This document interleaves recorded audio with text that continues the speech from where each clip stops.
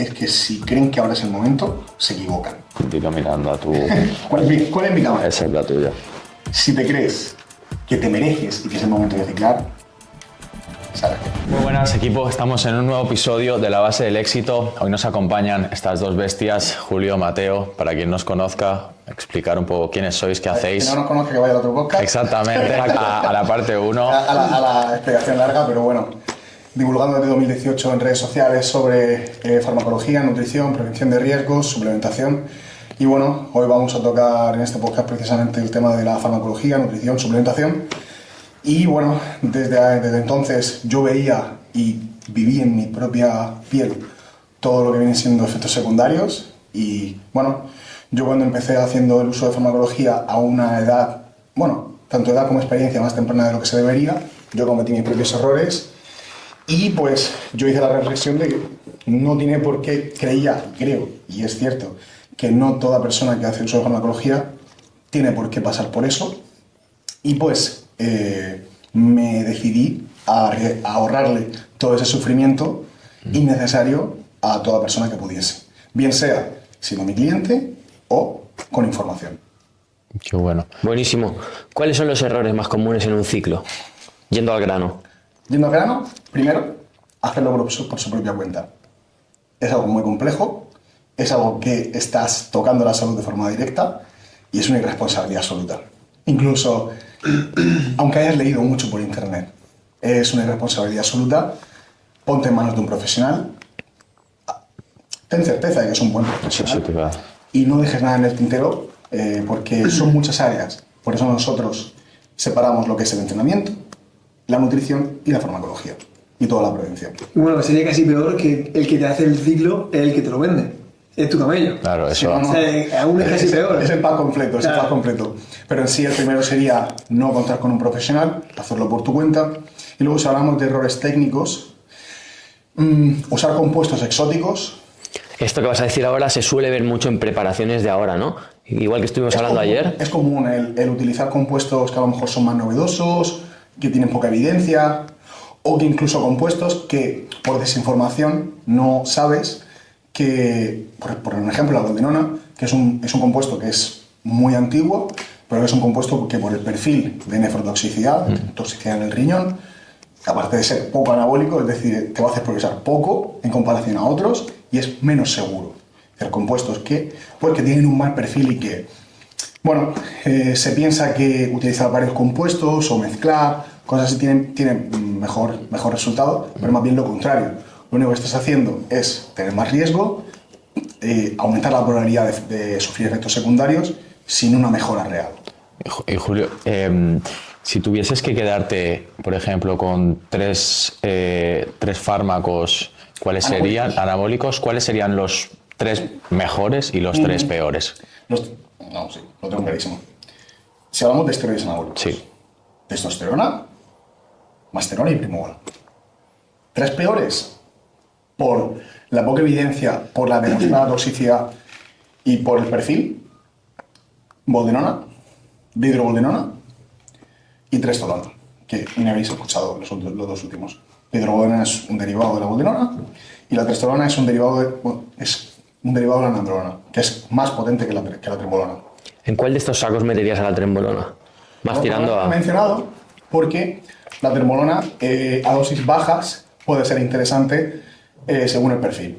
Puede ser interesante, por ejemplo, en un atleta en las últimas fases de déficit calórico, pero ya en una competición, pero aún así, tiene unas implicaciones, básicamente es neurotóxica, como todos los esteroides a dosis altas, eso también es importante, todos los esteroides a dosis altas son neurotóxicos. Sí que es verdad que se puede hacer uso de cierta suplementación para paliar estos efectos, pero de igual forma es algo que está presente y que se ve que aumenta el riesgo de demencia, el riesgo de Alzheimer y en general que incluso se pierde coeficiente intelectual. Sí, Te deja tonto. Te deja frito. Te deja tonto, te deja tonto. A dosis altas. A dosis altas. Y algunos compuestos como la trembolona y la nandrolona a dosis incluso No, bajas. Y Julio, vale. ¿y qué son dosis altas? Porque... Eso es muy relativo. Porque Es muy relativo. yo... Pero para un principiante, 700 miligramos de testosterona ya es una dosis que podríamos decir alta, y para un competidor experimentado eso es poco. O sea, es difícil. Es decir, si hablamos de una persona que ha hecho 3 o 4 ciclos o que lleva 3 años así metido, entre 700 miligramos y 1 gramo es más que suficiente. ¿De una sola sustancia o en, En total. En total. No hablo de combinación de sustancias porque y esto es algo que a la gente todavía le cuesta entenderlo, que da igual el número de esteroides, lo que importa es el total, porque todos los esteroides tienen una capacidad anabólica muy similar, miligramo a miligramo, y que da igual la combinación que hagas, que todos funcionan por el receptor androgénico. Lo único que tienes que hacer es buscar los que son más seguros, los que tienen un perfil de seguridad más alto y menor riesgo y menores problemas te vayan a traer. Vale, eso es lo que demostraría, digamos, inteligencia o eficiencia a la hora de programar un ciclo, ¿no?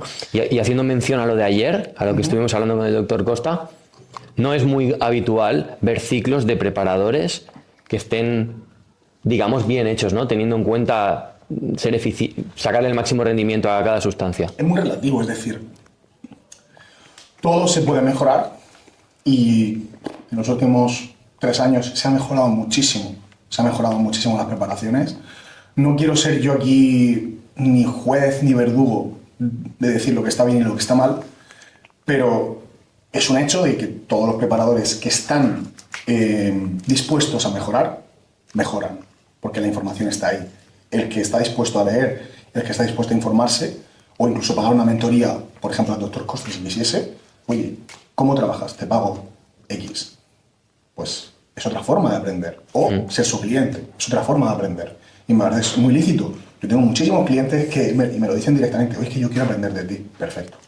Yo no tengo ningún problema en explicarte. Y si hace falta que tengas otro tipo de servicio, se puede hacer.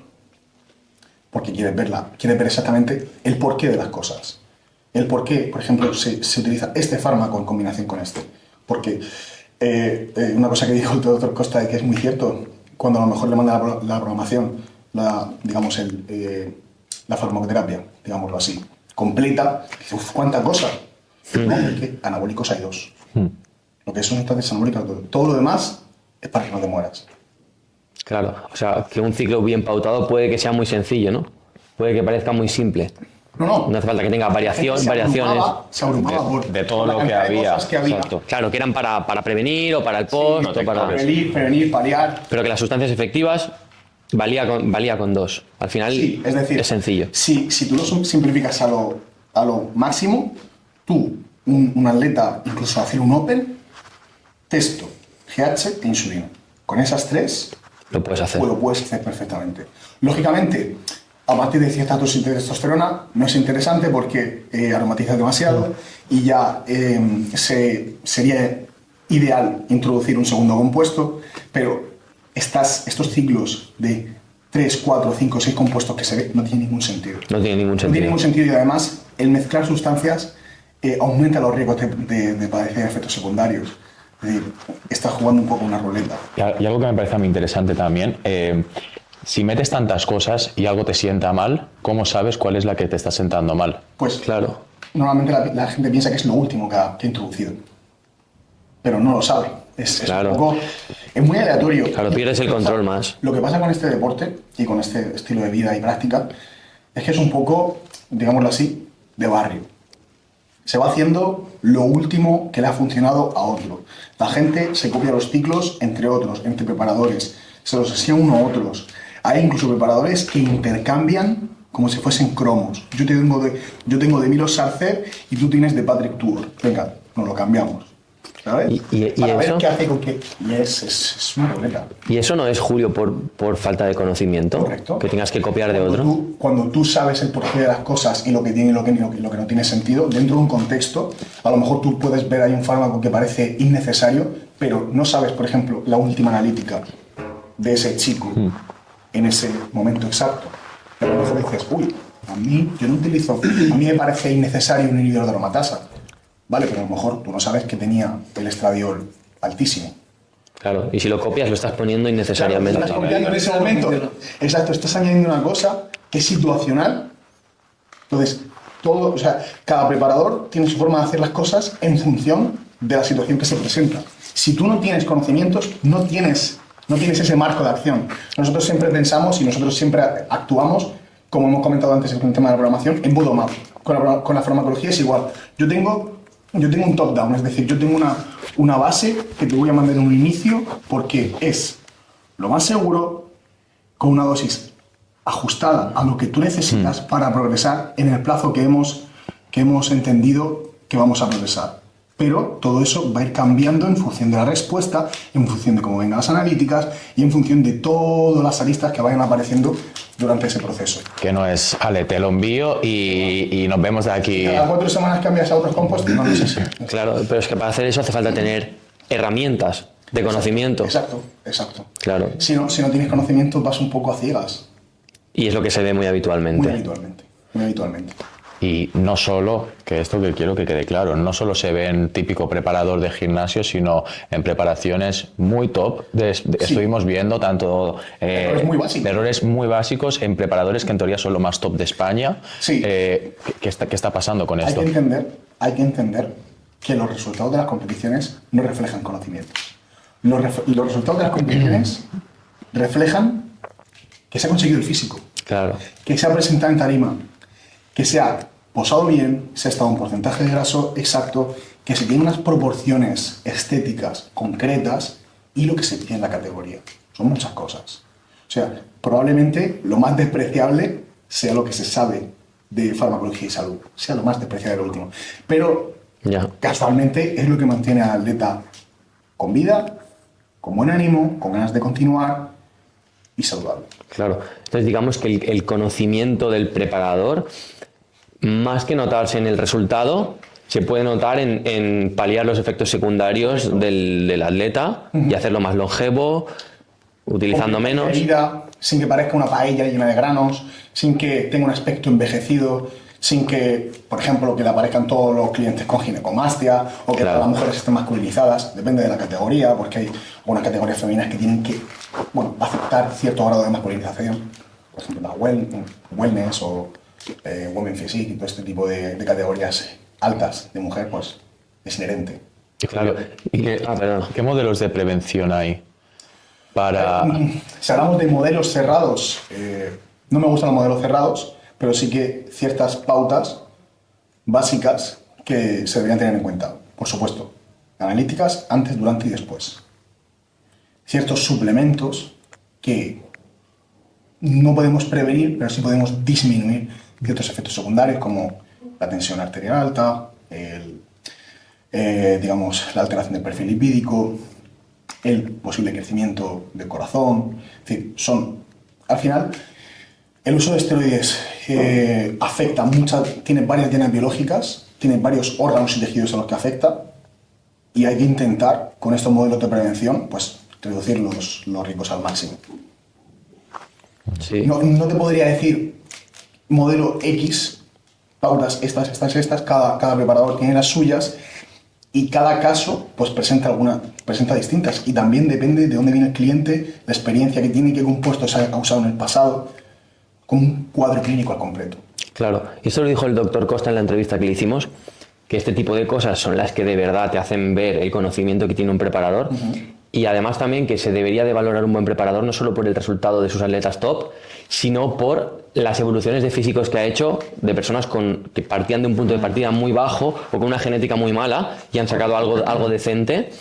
Eso dice más del preparador que haber llevado a no sé quién, que es un caballo de carreras, al Olimpia. Claro, es decir, si un buen resultado, con seguridad, te trae otras personas que están interesadas en llegar a ese resultado.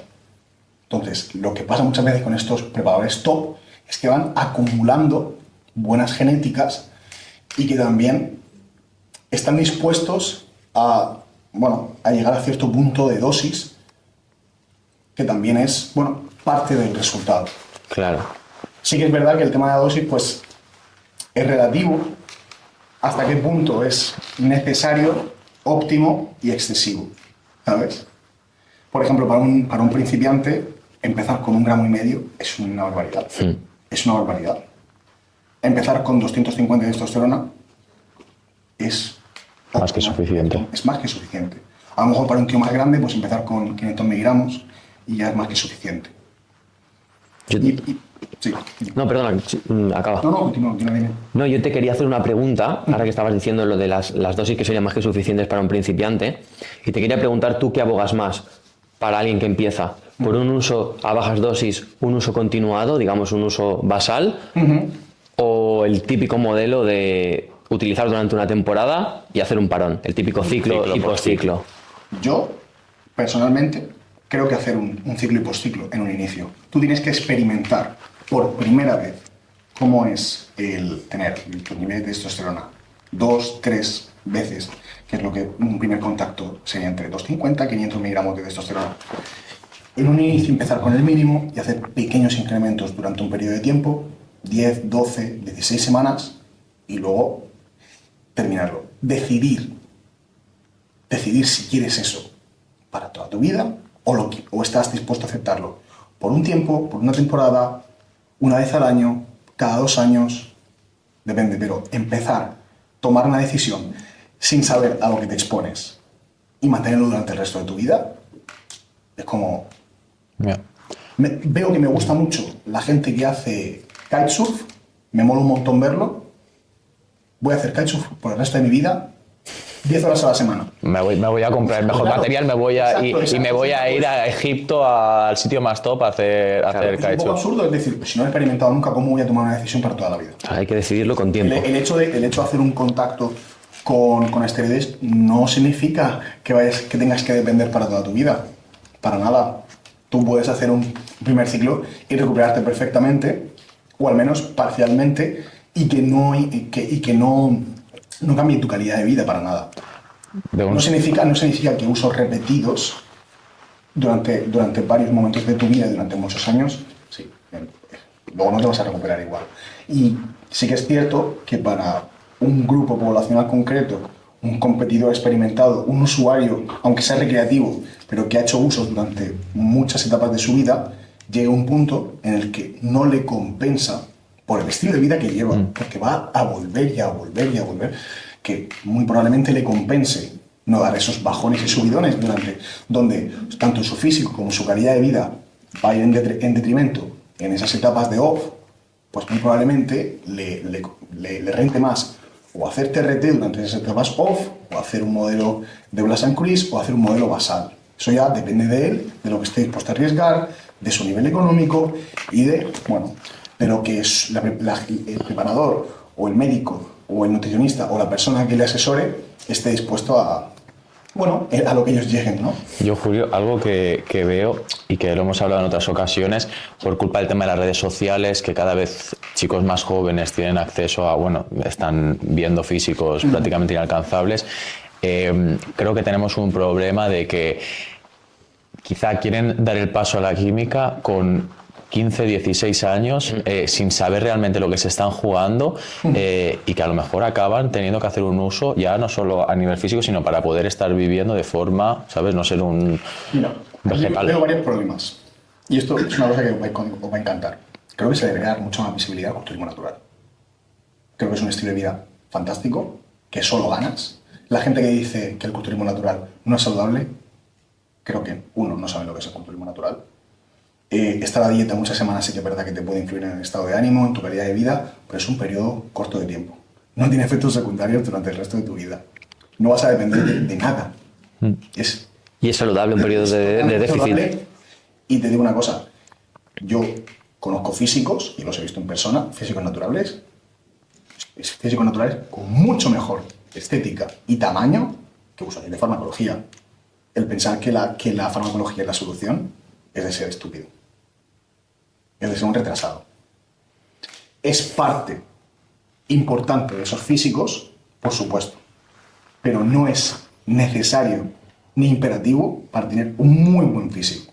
Muy buen físico. Y depende de cada persona y, por supuesto, depende de la implicación.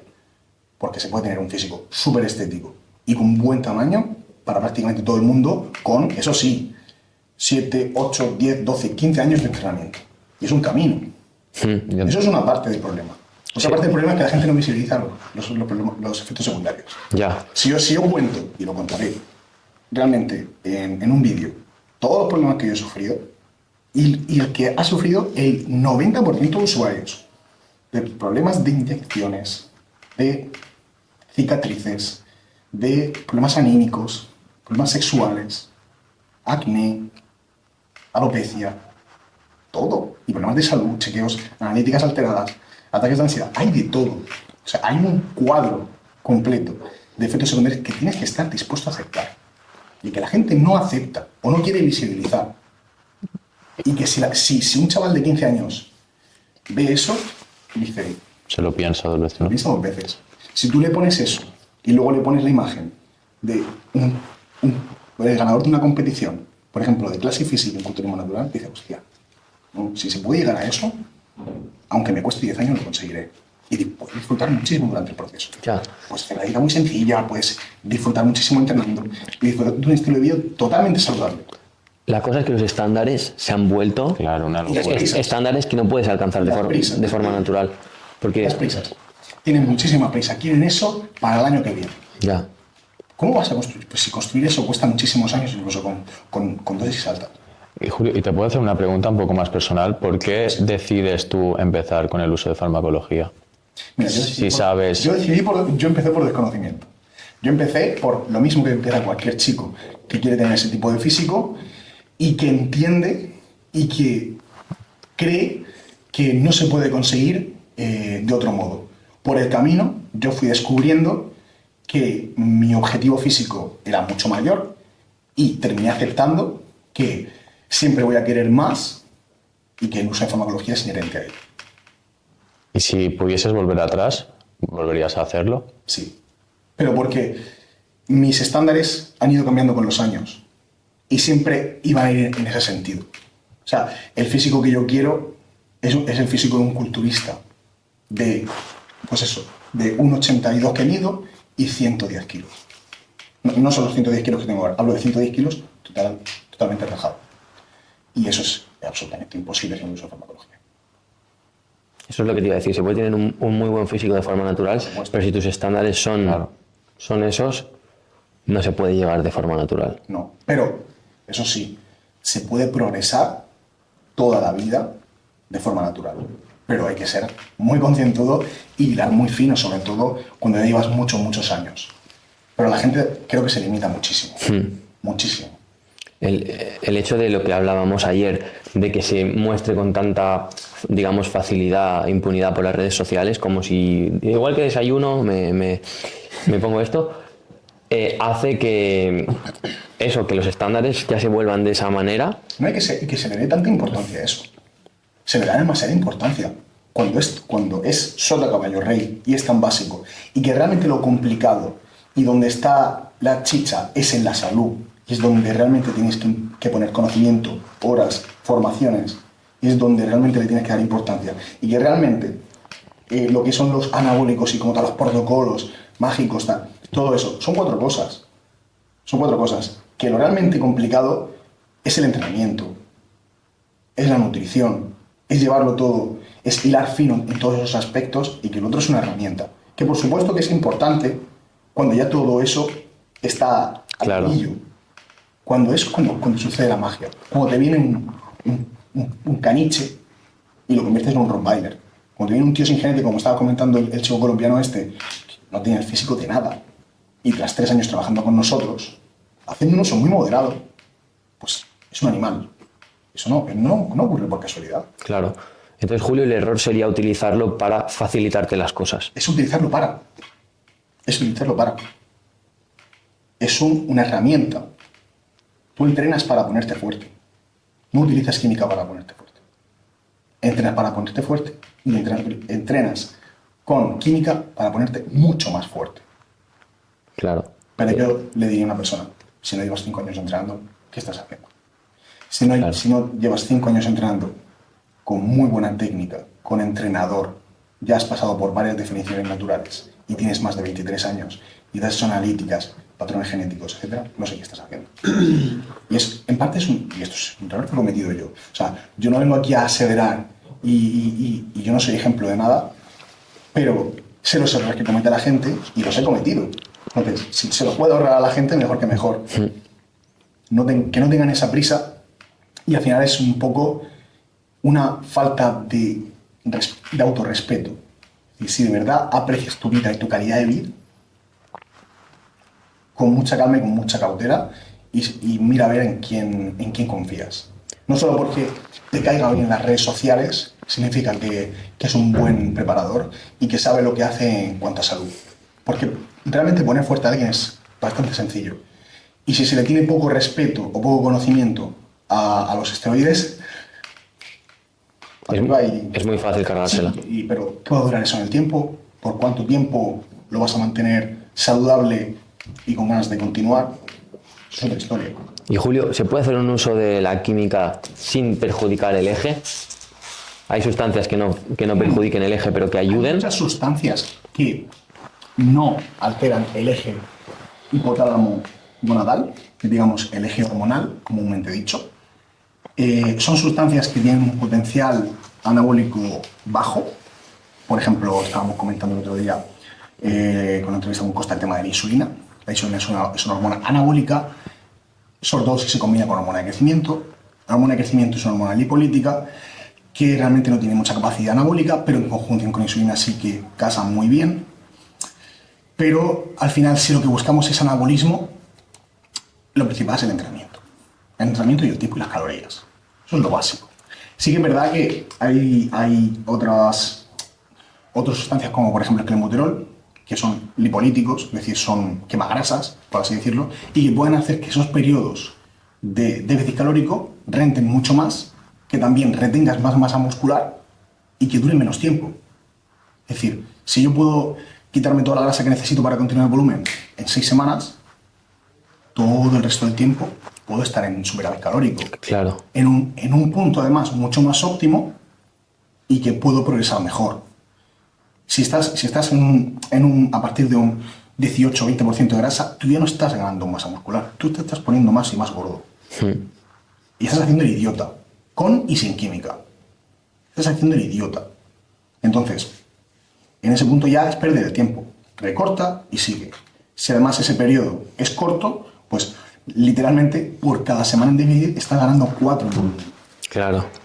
Esa sería una manera muy inteligente de utilizar el clenbuterol después. Voy a hacer una macroestrategia. Claro. Una macroestrategia de, vale, voy a estar 20 semanas en volumen y 6 en definición. U 8 en definición. Claro. Y otras 20 en volumen. Claro. 16 más. Pero tener una idea aproximada de cómo vas a organizar la temporada o el año para que haya un mapa de ruta, para que no sea aleatorio. Vamos viendo y ya cuando te pongas gordo, pues ya te recorto. Claro.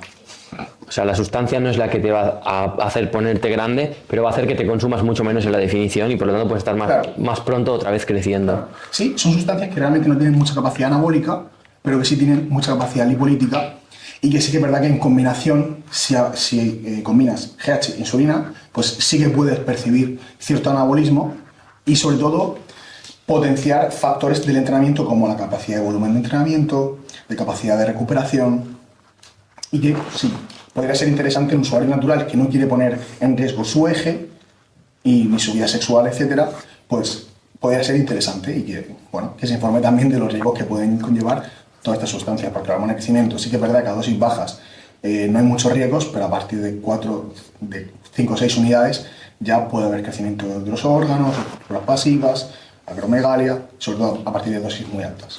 ¿Es posible que de un uso te quedes tocado? Es poco habitual, pero es posible. Sobre todo si se han hecho usos a dosis elevadas.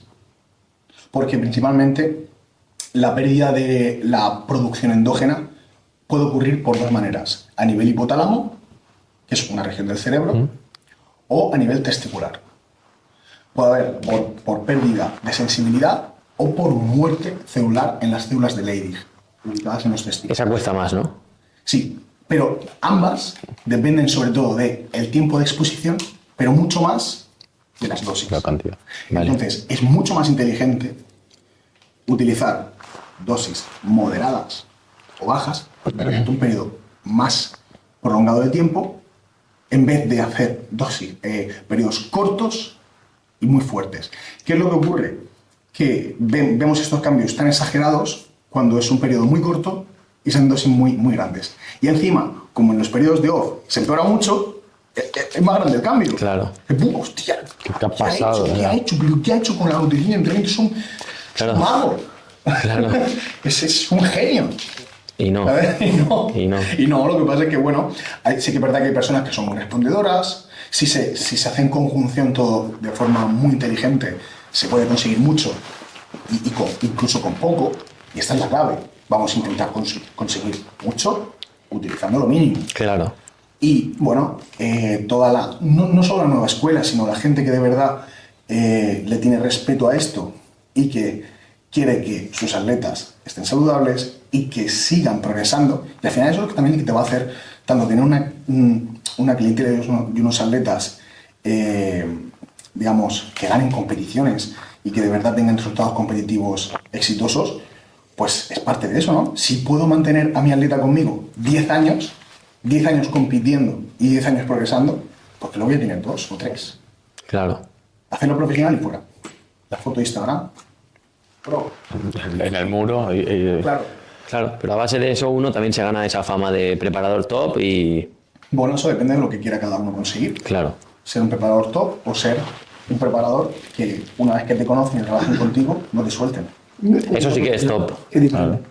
Eso sí, Claro. exactamente. Como hablábamos antes con un entrenador. Exacto, igual. Y Julio, para acabar el bloque de farmacología, yo te quería preguntar, estábamos hablando de que está muy de moda un uso ya indiscriminado, a dosis muy altas, desde edades muy jóvenes, y ahora se están viendo, o al menos yo estoy percibiendo que hay como más muertes, ¿no?, entre culturistas. ¿Qué expectativas puede tener una persona joven, como estos que hay tan famosos, que van, nadie lo sabe, ¿no?, pero percibimos que van a tope, ejemplo, Sam Sulek. sin límites, por ejemplo? Sam Sulek. ¿Qué perspectivas puede tener? Este podcast, pero bueno, Sam Sulek, a ver, para que la gente ponga contexto, Sam Sulek es un chico de 21 años que tiene un físico casi de un Open. No de un Open, pero de un Classic. Y hace ostentación de que se enchufa todo, Una ¿no? comparativa con Sivan y no está muy lejos. Muy lejos. Bueno, es exponerse a un riesgo de sufrir efectos secundarios, pues casi seguro, 100% seguro, con el paso del tiempo 100% seguro. O sea, exponerte de forma prolongada y crónica a, sufrir una insuficiencia renal, crecimiento de los órganos y especialmente del corazón del ventrículo izquierdo 100%, daño endotelial en los vasos sanguíneos, tener una alteración en el colesterol, en el transporte de colesterol, pues alterada todo el tiempo, pues es la crónica de una muerte anunciada. Es así. ¿Por qué ahora, si es verdad que hay famosos o estrellas más jóvenes, pero se queman mucho más rápido? Se hacen profesionales a los 22, 23 años y su carrera dura hasta los 27. Y luego, mira, pasan dos cosas. O mueren, o lo dejan, o se dedican a las redes sociales, bajan a tope todo, o se mantienen, o hacen TRT y pues deciden que merece más la pena Vivir. tirar de la fama que se ha conseguido en las competiciones y gracias a eso pues tener un estilo de vida pues de puta madre. Pero no se puede seguir así por mucho tiempo. Seguir toda la vida en dosis muy altas, no se puede. Sí, toda la vida sí, pero tú toda la vida... Claro, tú corta toda la vida. Claro, claro. Es, que es Sí que es cierto que, por insostenible. ejemplo, vemos culturistas muy experimentados, como por ejemplo Dexter Jackson, lleva 10 años compitiendo en el Mr. Olympia. 10 años. ¿Cómo lo hace ese tío? Pues esa gente, por mucho que a la gente no le quepa en la cabeza, esa gente por temporadas usa dosis muy bajas. Y muchos de esos culturistas profesionales, Open, por temporadas, cortan totalmente. Entonces, que no les engañen. No los culturistas grandes ni la gente que está muy fuerte utiliza dosis altas, ni utiliza dosis altas todo el tiempo. Es absurdo. Atletas nuestros que compiten nacionalmente, por ejemplo de Polonia, un tío que pesa 113 kilos seco que va a competir en Open, lo he tenido 10 semanas a 250 de testosterona, no se le cae el músculo, no se le va a ninguna parte, el músculo que es tuyo va a ser tuyo. Mientras respetes unos mínimos de entrenamiento con calidad, de descanso y por supuesto de calorías, y de un protocolo que mantenga los niveles de testosterona en rangos fisiológicos o superiormente fisiológicos, no se va a ninguna parte. Incluso sigue progresando. Él con 250 de testosterona, un tío que lleva 12 años entrenando y 3 años utilizando farmacología, sigue progresando con 250 miligramos de testosterona. Yo, hasta este año, mi mejor físico no fue con 1 gramo 200 ni con 1 gramo 500.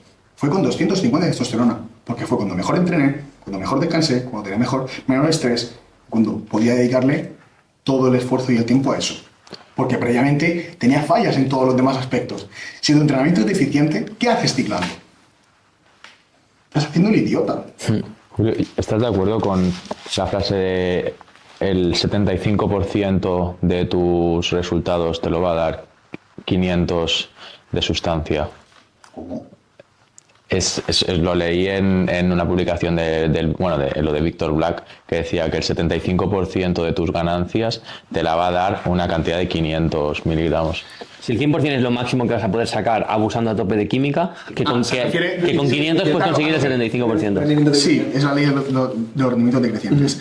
Si tú no eres capaz de sacar los máximos resultados y tu genética no te permite sacar los máximos resultados con esos 500 de testosterona, que es a lo que la mayoría de personas, debería responder, y se responde, subir más no va a hacer que mejores mucho más.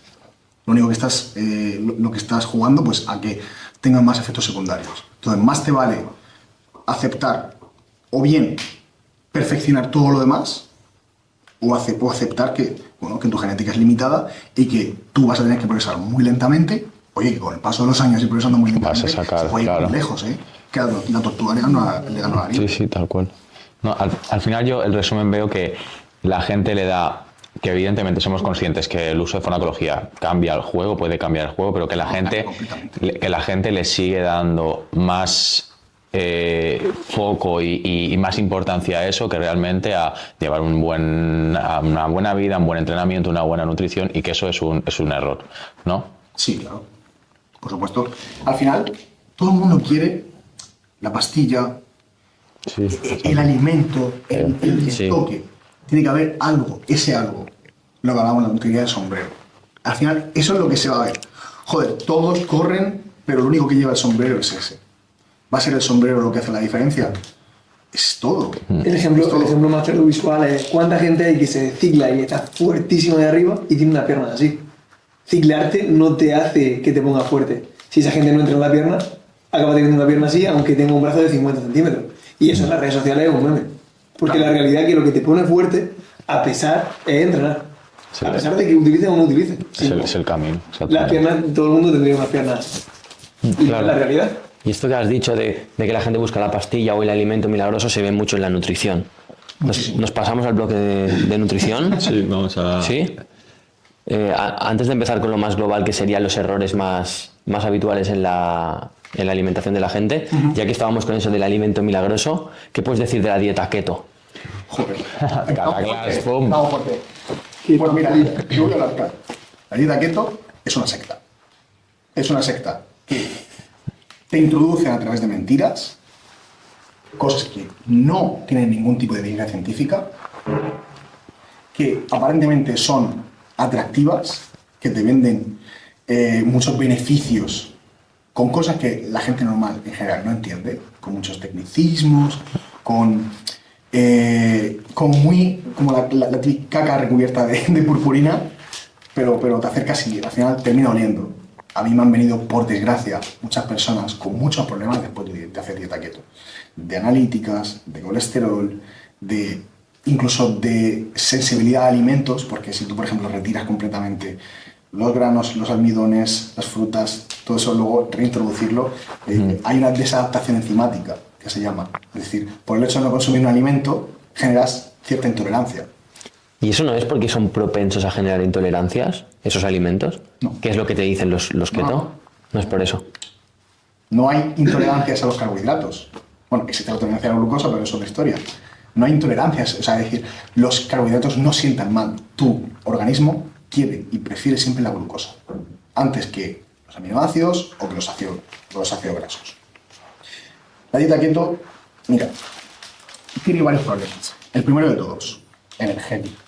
Es decir, los cuerpos cetónicos, que son unas moléculas que están pensadas para momentos extremos. que se diseñaron cuando estábamos en las cavernas y comíamos una vez al día, o si comíamos ese día, para mantener las funciones vitales. El cerebro necesita glucosa. Todo el músculo es literalmente básicamente es una bomba de glucosa, que se llena de glucosa, se llena de glucógeno para poder hacer todo el entrenamiento y todas las funciones vitales de forma eficiente, lo más eficiente posible. Prescindir de la glucosa es literalmente mandar todo eso al traste. Estamos poniendo, es como poner el coche en reserva todo el rato. ¿Por qué voy a poner el coche en reserva? Es un poco estúpido, ¿no? Sí que es verdad que tiene algunos beneficios, por ejemplo, a nivel cognitivo, pero no a nivel cognitivo, sino a nivel de foco, porque los carbohidratos sí que es verdad que van a depender un poco de tu respuesta insulínica, de tu respuesta a la glucosa, y que puede ser que tras una comida con muchos carbohidratos, si generas un pico muy alto de glucosa, pues que no tengas todo el foco mental, que a lo mejor si sigues en ayuno o si consumes una cantidad moderada de carbohidratos, o de índice glucémico medio-bajo, que es básicamente la respuesta glucémica. Puede ocurrir, pero no por eso ni los carbohidratos sientan mal, ni los carbohidratos son innecesarios. Los carbohidratos literalmente son el macronutriente más importante. Son el más importante con diferencia. Lo que va a hacer que tú, de hecho, por ejemplo, que tengas una composición corporal adecuada, no es la proteína. La proteína, de hecho, se ha visto con las últimas investigaciones que cada vez es menos importante. Tienes que cumplir unos mínimos hasta cierto punto. Puede ser más óptima subirla, pero el resto es residuo. Es residuo.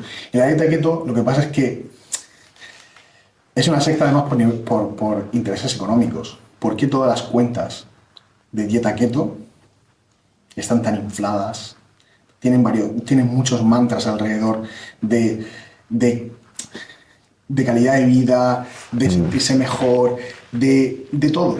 Porque además también para las personas de a pie es mucho más sencillo hacer una reducción de ingesta energética a través de alimentos de proteína animal y de grasa que son súper saciantes. Eso es infinitamente mejor. Pero se han hecho estudios, por ejemplo, comparando dieta keto con dieta vegana, comiendo ad libitum, a tope, hasta lo que dé la saciedad. Y la gente que consumía dieta vegana, por ejemplo, por la cantidad de granos integrales y fibra, pues consumía muchísimas menos calorías. O sea que no es cierto que sea más saciante. Sí que es cierto que según la elección de alimentos puede llegar a ser saciante consumir una cantidad más elevada de proteína y de grasa. Pero no es mejor ni de lejos. Y de hecho puede traer muchos problemas de inflamación, de colesterol y en general riesgo cardiovascular elevado. Y el tema, por ejemplo, de las dislipemias de colesterol es una coña. O sea, es la dieta menos aconsejada para alguien que quiere mejorar su salud cardiovascular. Con diferencia. Y Julio, ¿cómo rebatirías el argumento que te dirían ellos de... No, de algo tan sencillo como si ahora a ti te plantan en el bosque, que es donde has vivido la mayor parte de tu evolución como humano, como especie humana, tú si te plantan en el bosque, tu único acceso a alimentos prácticamente es cazar, porque recolectar cosas que te encuentras ahí, te encuentras cuatro mierdecillas de frutitas. Más de 10.000 años que el ser humano no vive así. Ya, pero ellos te dicen has estado millones de años de esa forma, entonces tú aún estás adaptado a eso, ¿no? A comer básicamente carne más 4 tonterías vegetales que puedas encontrar. El sistema digestivo del ser humano lleva mucho más tiempo adaptándose. Es decir, no tenemos parte del código genético entonces, pero muchas adaptaciones a nivel del sistema digestivo actual. De hecho, un bajo consumo de fibra y el poco consumo de alimentos vegetales y de ciertos fitoquímicos, de químicos de origen vegetal, son literalmente la antesala a una enfermedad cardiovascular. De hecho, hay un estudio en el que se comparaban dos sociedades actualmente. Una era, no sé si eran los esquimales, y otra eran los inuit y otro era un grupo, creo que de la selva, en plan, un reducto que queda de ese tipo de sociedad. Y el 80% aproximado de la dieta era pescado graso en los inuit y el otro principalmente miel y productos muy azucarados. Me da igual el concepto de azúcar libre, como podría ser la miel, y la única diferencia, o sea, no había diferencias entre marcadores de salud. Y al final la conclusión básica era el que todos tenían que trabajar para conseguir ese alimento. que no hay una sobrealimentación continua. La Me da igual cómo te corporal- alimentes. Eso te iba a decir, composición es un corporal. porcentaje altísimo de realmente la salud. Es decir, la alimentación, por supuesto, que tiene mucha importancia, pero como ya comentamos con el doctor Costa, el tema del perfil lipídico del colesterol, el consumo de colesterol o es cero y sí que tiene impacto que sea cero, positivo al no consumo de colesterol, y una vez que ya lo consumes, con consumir 50-100 miligramos de colesterol es más que suficiente que consumir 500. Es decir, la diferencia es ninguna. Claro. Entonces, sí es cierto que puede tener algún beneficio, sí es cierto que para algunas personas le puede ser ideal no eliminar los carbohidratos, pero consumir pocos carbohidratos y hacer una dieta más basada en alimentos animales y en proteína, principalmente por saciedad y por comodidad, que el hecho de decir que es mejor para la salud es una absoluta falacia. Es una absoluta falacia. Y cambiando un poco de tema, ¿cómo debería ser la dieta perfecta, si es que la hay, para un culturista? Para un culturista, Sí. ya cambiamos totalmente. Sí. Vale, antes de empezar con el culturista, Si te parece, para un culturista y para una persona que solo quiere estar saludable. vale. Quería terminar con lo de la dieta keto, la falacia de la diabetes. Como ya comentamos, la diabetes básicamente es una pérdida de la cantidad de receptores de insulina en el músculo esquelético y que básicamente la cantidad de insulina que genera tu páncreas no sea suficiente para llevar toda esa glucosa a todos los tejidos. No hay ninguna relación con el consumo de carbohidratos o de azúcar o respuesta insulínica con la diabetes. La respuesta insulínica es una consecuencia de la diabetes 2, de la diabetes tipo 2. ¿Y cómo se soluciona la diabetes tipo 2? Es perdiendo grasa. La gente que hace dieta keto y soluciona su problema de diabetes es porque pierde grasa. No hay otra. Tú puedes solucionar una diabetes tipo 2 comiendo 70-80% de carbohidratos perfectamente. No hay ninguna relación. Los picos de insulina o los picos de glucosa no tienen ninguna importancia, no tienen ningún impacto. Y la insulina no es un factor de acumulación de grasa corporal. La insulina es un actor en la película de la acumulación de tejido graso. Es un actor secundario Claro. o terciario.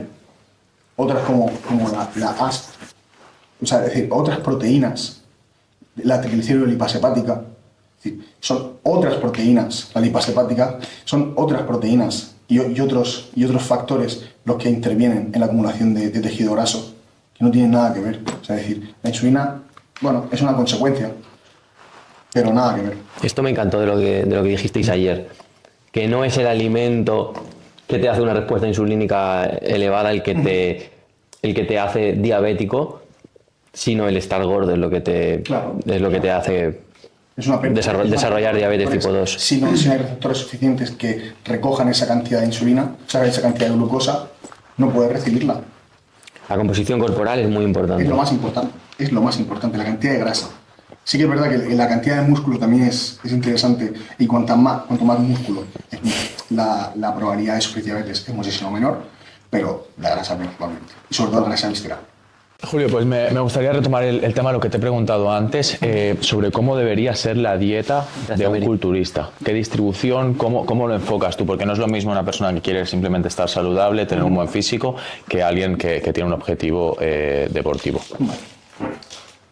Distribución en cuanto a macronutrientes.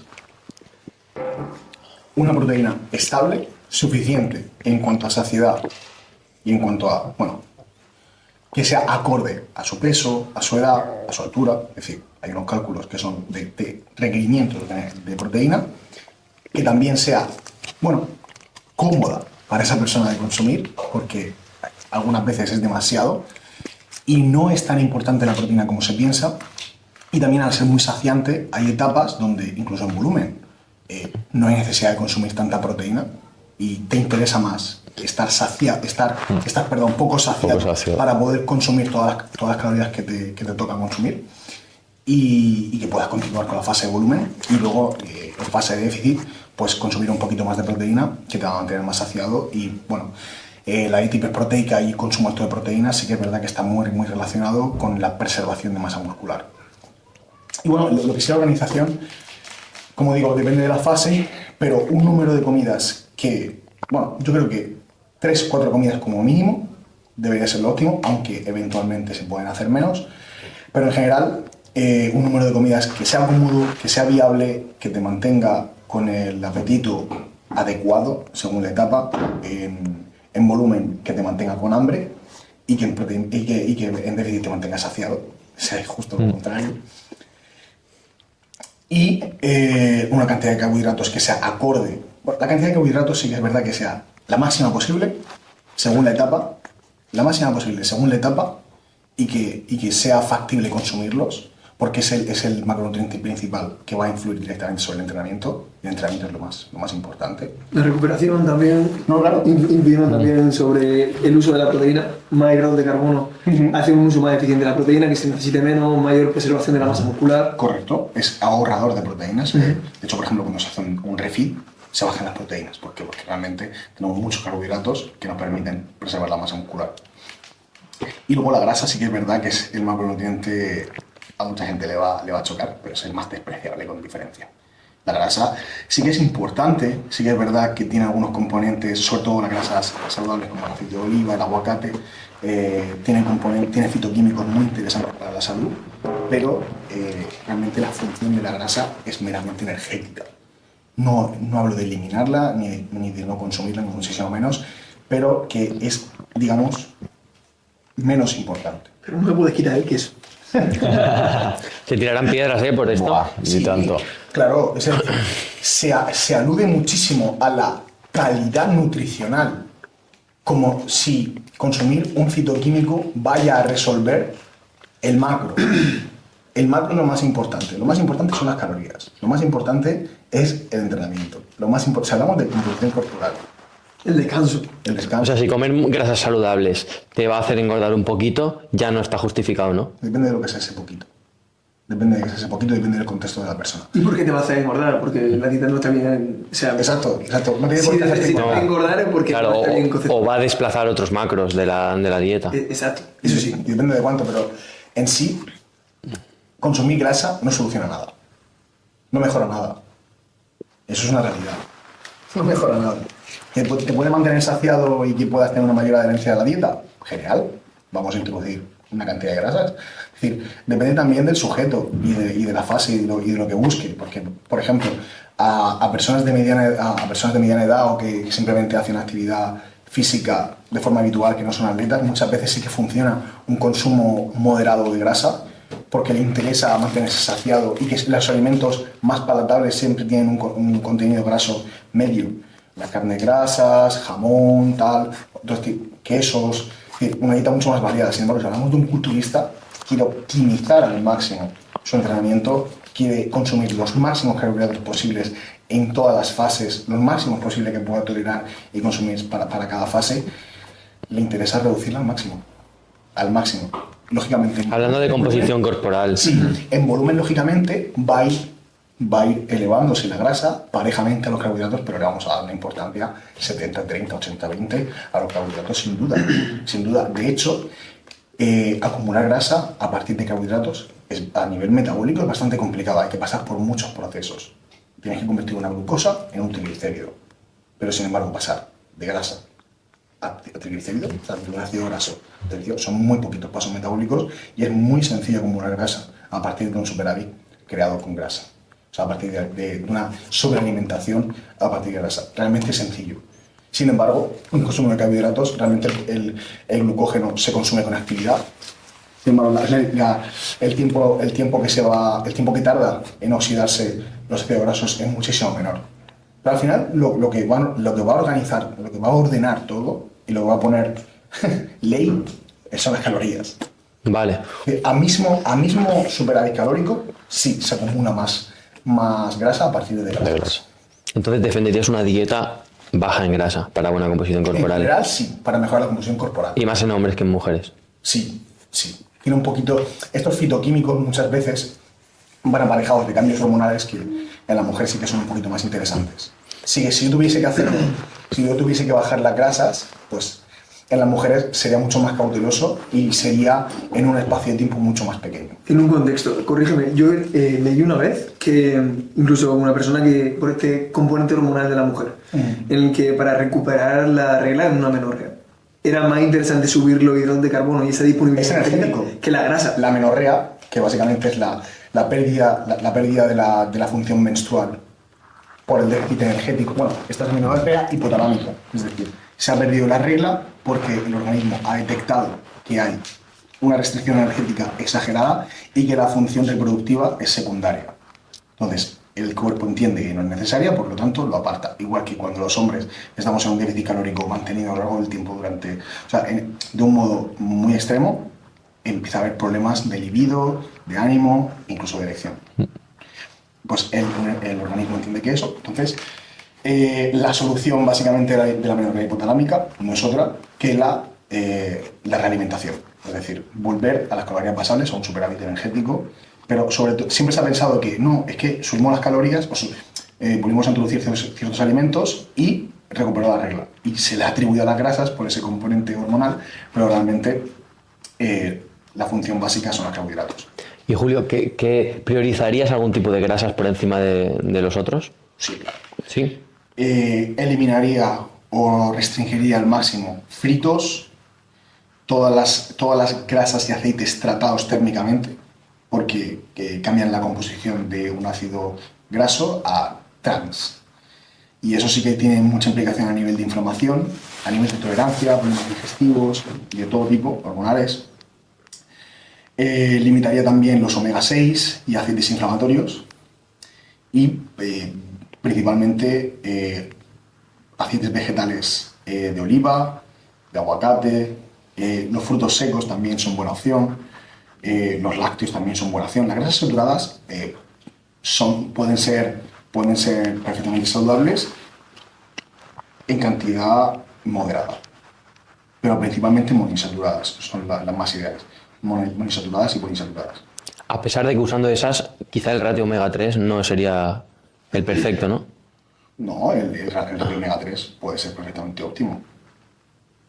Sí, además, si consumimos suficiente cantidad de pescado azul no de piscifactoría, perfectamente. O, sinceramente, suplementarlo con un buen suplemento de omega 3 que tenga una certificación del sello IFOS. Perfectamente. Y ahora, Julio, ya que estamos tocando el tema de suplementación, te quiero preguntar también un poquito sobre este tema. ¿Cuáles para ti son suplementación inútil, que no sirve, y cuál es una suplementación que para ti está infravalorada y que realmente tiene mucha importancia? Vale, suplementos inútiles y los BCAAs, 100%. Suplementos inútiles, muchos, me van a criticar, pero muchos multivitamínicos,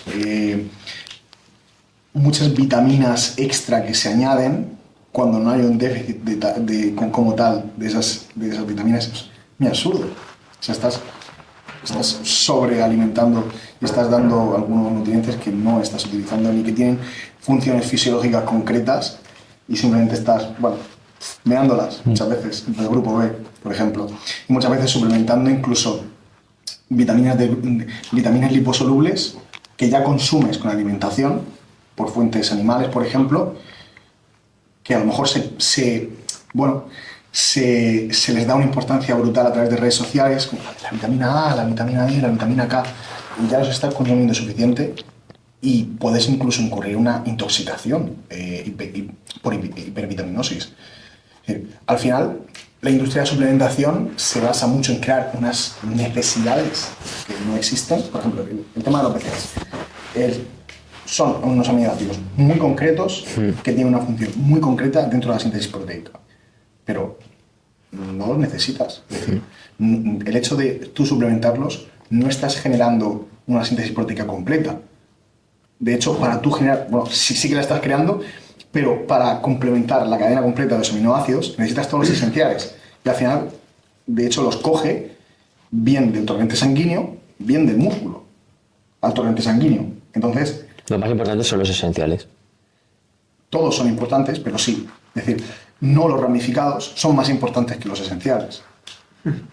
Entonces, al final los estás retirando de la circulación sanguínea para completar la cadena. Entonces, podríamos decir incluso que son catabólicos. Es decir, en una situación de ayuno, tomar BCAAs, estás incurriendo en una hipoaminocidemia Claro. O comer poca proteína y además Básicamente, por BCAAs. ejemplo, está en un estado de ayuno, sí, viene a ser lo mismo. Para el organismo viene a ser lo mismo. Y estás en un déficit de proteína. ¿Y los EAs, los esenciales, tendrían algo de sentido usarlos? Muy situacionalmente, en periodos a lo mejor de déficit calórico, aunque personalmente prefiero meter esa cantidad en proteína, muy especialmente, muy situacionalmente podrían ser interesantes, pero en general no son suplementos que yo pautaría, personalmente. Porque además, como tú tienes un proceso anabólico de creación de proteína y estás metiendo solamente los esenciales, que son aquellos que no puedes fabricar, el proceso complejo de fabricación de proteína conlleva más aminoácidos que tu cuerpo sí es capaz de crear. Entonces estás utilizando solamente los esenciales, que es lo único que le haces, para utilizar con proteína que podría haber metiendo una proteína completa. Entonces estás utilizando aminoácidos esenciales para fabricar no esenciales en vez de haber dado una proteína completa Exactamente. que te ahorre todo ese paso de sacrificar aminoácidos esenciales que tú no puedes fabricar. No tiene sentido. Mete una proteína completa directamente y ahórrate ese paso intermedio. La gente en general consume muchísima suplementación que no necesita. Y no consume otra que realmente sí que es interesante y que sí que tiene impacto. Por ejemplo, el principal, la vitamina D. Si tú no estás exponiendo tu cuerpo, o sea, literalmente, o tus manos, o tu piel en general, al sol 20 minutos todos los días, si estás en una analítica de vitamina D, de calciferol, muy probablemente tengas una deficiencia. Mucha gente la tiene. Claro. Y eso tiene muchas consecuencias a nivel del sistema inmunológico, sobre todo la testosterona, en el estradiol de mujeres, y eso sí que va a tener implicaciones en tu vida y en tu desarrollo físico. Eso en primer lugar. Luego, otros suplementos que tienen demostrada eficacia, como por ejemplo la ashwagandha, que son básicamente un adaptógeno. No se lo toma nadie. Casi nadie. Bueno, se va conociendo un poquito más, pero es un suplemento prácticamente todoterreno. Mejora, por ejemplo, en hombres que vienen de tener valores hormonales bajos, mejoran la testosterona, sobre todo si el factor es el estrés. En personas con altos niveles de ansiedad mejora muchísimo la respuesta. En personas, por ejemplo, con insomnio, para mejorar el sueño y la recuperación. Al final, tiene un montón de beneficios a nivel del sistema inmunológico, incluso con personas en terapias con el cáncer, ¿sabes? Es decir, tiene un montón de beneficios y que no se están utilizando o no se están utilizando en la medida que se debería. Es decir, es un suplemento básico. Y nada, tan básico como si te mejoro el sueño, te mejoro la libido y te mejoro el estado anímico. Y no hay la respuesta al estrés porque los adaptógenos son eso, son suplementos que mejoran la respuesta ante ciertas situaciones estresantes del desarrollo humano. es calidad de vida básica. Que ibas a acabar porque me parece muy interesante lo que creo que ibas a decir. Es que se me ha ido el libro. Que te mejora el descanso, líbido. Si mejoro todos esos pasos, lo que te estoy mejorando es la calidad de vida directamente. O sea, ya no es que te mejore algo con lupa de la función inmunológica, es que estoy mejorando tu vida en general, tu relación con tu trabajo, tu entrenamiento, tu pareja, todo. Eres más feliz en general, porque estás mejor. ¿La tomáis los dos? Sí. Yo me la pido hoy. La ashwagandha también mejora la inflamación de bajo grado, que es una condición que sufren tanto las personas que se sobreentrenan como también, por ejemplo, los usuarios de farmacología. También es el por qué es un stack básico.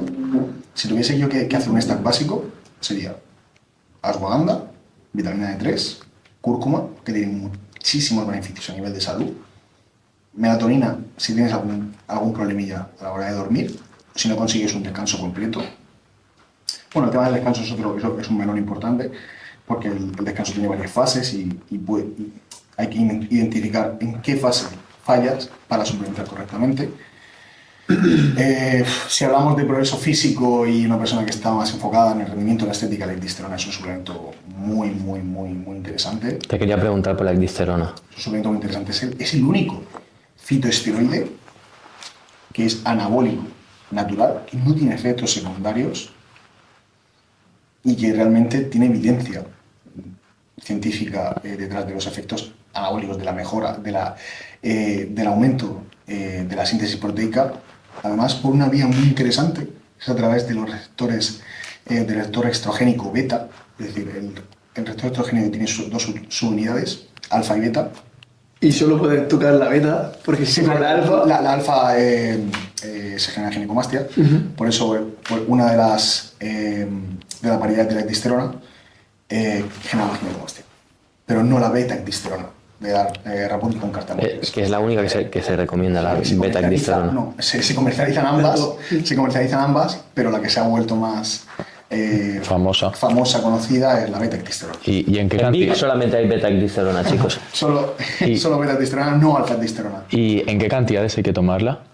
A ver, las dosificaciones van entre 0,8 miligramos por kilo, se dice que es la ideal, pero en estudios que se hicieron en la antigua República Soviéticas, porque era un suplemento súper conocido, Sí, súper utilizado por atletas de alto rendimiento, se lo sobre todo olímpicos, estuvimos leyendo. claro, se utilizaban dosis de hasta 5 miligramos por kilo, con respuesta favorable en todos los casos y en mejora de todos los ejercicios olímpicos durante todo el estudio. De hecho, había un fármaco que se llamaba el Ratibol, primero el Ratibol y luego el Ecdisten. De hecho, la cajita ahí, escrito en ruso. Y por casualidad, ¿no te acuerdas, Julio, de cuánta cantidad lleva las cápsulas del Real Grow de Vic? 20 miligramos, 22 miligramos. 22. Además, con piperina, que Sí. es básicamente extracto de pimienta negra, Sí. piper nigrum, y se utiliza porque mejora la disponibilidad. Y eso está muy bien. Entonces, de esas de Vic, como mínimo me tendría que tomar 3, ¿no? ¿Tú cuánto pesas? 80 kilos. 80 y medio. 3, ¿no? Sí. Pero le podría sacar beneficio a meter más, Le ¿no? podría sacar rendimiento perfectamente, llegando incluso a 3 miligramos por kilo sin problema. Incluso si estás en alguna etapa, por ejemplo, de déficit calórico extremo o el pico, por ejemplo, de ganancia de masa muscular, utiliza los 5 miligramos por kilo sin problema. Y además es que no tiene efectos secundarios. Si la cosa es tanto el perfil de seguridad como el margen de acción que tiene una sustancia, es hasta dónde puedo llegar de dosis Sin que me... sin tener ningún tipo de problemas. Al final el 0,8 solamente es que miligramo por miligramo más mejor. Claro, Tú puedes- hay una curva, ¿no? En la Exacto. efectividad. Exacto. Como lo de los 500 miligramos, como El hablamos. tema de la ley de beneficios decrecientes. Cuanto más subes la dosis, hasta cierto punto ya van decreciendo las ganancias o los efectos beneficiosos percibidos. Vale. Muy bueno saber todo esto. Sí, la verdad ha sido muy... Entonces, si hablamos de stack básico, cúrcuma, ashwagandha, vitamina D3, melatonina si tengo problemas de salud, o sea, problemas de sueño. Si estoy enfocado en la ganancia de masa muscular, ecdisterona, la creatina, que no hace falta que hable de la creatina, creo que sería ya repetitivo, todo el mundo sabe de la creatina y es un suplemento con beneficios más que demostrados. Sí que es verdad que se han puesto los precios regulares y realmente si tienen que prescindir de ella, yo digo que lo hagan sin miedo. También os lo digo, que no es, joder, es que no tengo creatina, madre mía. No vas a dejar de ponerte fuerte. Probablemente si inviertas ese dinero en material de entrenamiento o en un entrenador, le vas a sacar Claro. 10 veces más partido. ¿Qué pones por encima, la ecdisterona o la creatina? Ecdisterona. La ecdisterona por encima de la creatina. Sí, a nivel anabólico, sí. Dejaremos el enlace en la descripción para que la compréis. Julio, ¿quieres mandar algún mensaje a la gente que te está escuchando que vaya a empezar con el uso de farmacología, igual que hemos enviado antes con el uso con la gente que está empezando a entrenar? ¿Quieres enviar tú un mensaje que creas que puede ser El útil? mensaje es que si creen que ahora es el momento, se equivocan. 95% de las veces. Continúo mirando a tu... ¿Cuál es mi cámara? Esa es la tuya. Si te crees que te mereces y que es el momento de ciclar, sabes que no. En serio, ¿eh?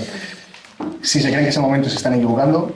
Si se creen que han hecho todo lo que hay que hacer para hacerlo, muy probablemente se están equivocando y que no lo hagan por su cuenta. Que de verdad que cuenten con alguien y que miren muy bien y que estudien a esa persona si realmente es la persona adecuada en la que van a Depositar. depositar la confianza Depositar. en su salud. ¿Vale? Qué bueno. Me ha encantado esta charla. Sí, ha sido ¿Preguntas rápidas para mí también? muy nutritiva. Es verdad. Por supuesto. Vamos a por las preguntas rápidas. ¿Alguien quiero? Vamos a hacer las preguntas rápidas. Vamos a hacer las preguntas rápidas. ¿Estás listo? Sí. Venga, caminar o correr. Caminar. Amor o sexo. Amor. Pizza o hamburguesa. Hamburguesa. Montaña o playa. Montaña. Peli o libro. Peli. Ecdisterona o testo. Texto. Mancuerna o barra. Mancuerna. Oversized o tirantes. Oversize. Polonia o España. Polonia. Eso está claro. Tracción o empuje. Tracción. Perro o gato. Perro. Muy bien, chicos. Vale, chicos, con esto lo tenemos. Ha sido un fin de semana brutal en el que hemos podido hablar de cosas súper interesantes. Os agradecemos enormemente el haberos desplazado hasta aquí, el haber estado con Costa, pues los podcasts que han salido hoy, que han sido súper nutritivos. Nos ha faltado entrenar, Sí, nos ha así faltado. que el próximo día, o aquí o en Murcia, donde sea, en Polonia, le daremos caña a eso. Muchísimas Genial. gracias por todo. Muchísimas gracias, tío. Muchas gracias. Chao.